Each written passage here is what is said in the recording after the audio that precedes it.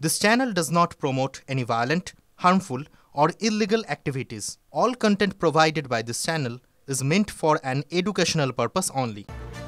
শাহের সঙ্গে বৈঠক সুকান্ত এবং শুভেন্দুর। আরজিকর পরবর্তী রাজ্যের বর্তমান পরিস্থিতিতে রাজ্য বিজেপির কর্মসূচি কি হবে ঠিক করতে এই বৈঠক। ছিলেন জেপি নাড্ডাও। আরজিকর পরবর্তী পরিস্থিতি নিয়ে বিস্তারিত রিপোর্ট তুলে ধরেন সুকান্ত শুভেন্দু। রাজ্যে দিকে দিকে আন্দোলনকে কিভাবে বিজেপির পক্ষে কাজে লাগানো যায় তার জন্য রাজনৈতিক কর্মসূচি নিয়ে আলোচনা বৈঠকে। খবর বিজেপি সূত্রে।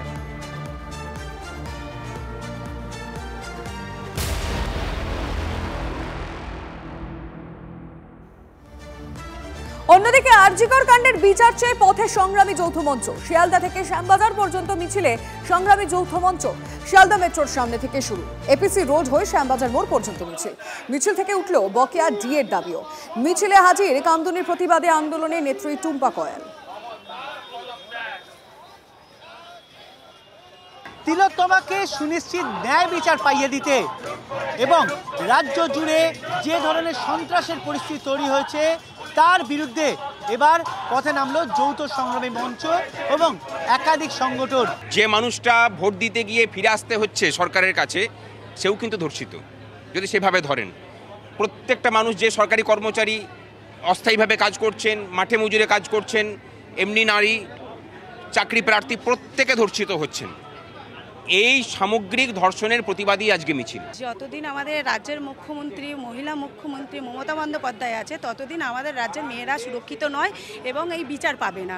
কারণ আমাদের যখনই যেখানেই আমাদের রাজ্যে ধর্ষণের মতো ঘটনা ঘটেছে সেখানেই উনি প্রত্যেকটা জায়গাকে ধামাচাপা দেওয়ার চেষ্টা করেছেন এবং তথ্য প্রমাণ লুট করার চেষ্টা করেছেন। মিছিলের সঙ্গে চলছে স্লোগান এবং বাদ্যযন্ত্র নিয়ে এসে তারা কিন্তু তার তালে তালে নিজেদের স্লোগানকে আরও তীব্র আকারে নিচ্ছে। যৌথ সংগ্রামী মঞ্চের সদস্যরা জানিয়েছেন দিনের পর দিন রাজ্য সরকার বঞ্চিত করেছে তাদেরকে।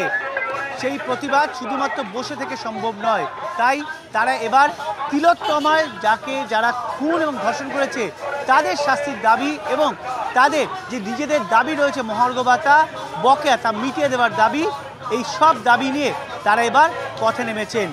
ক্যামেরায় রজতের সঙ্গে সায়ন্ত ভট্টাচার্য, TV9 বাংলা, কলকাতা।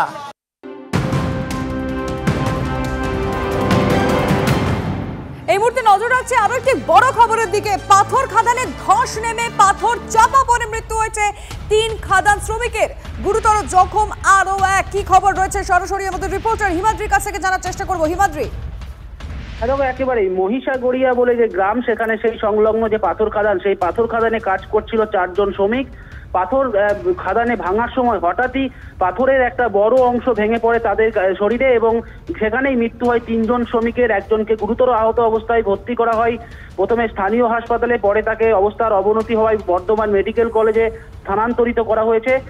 প্রথম বলে রাখি যে এই সময় পাথর তোলা হচ্ছিল এবং বর্ষার পর এই পাথর তোলার সময় পাথরের চাং হঠাৎই নরম হয়ে থাকে বৃষ্টির কারণে, তারপরই ভেঙে পড়ে। এরপরে এই গুরুতর দুর্ঘটনাটি ঘটে।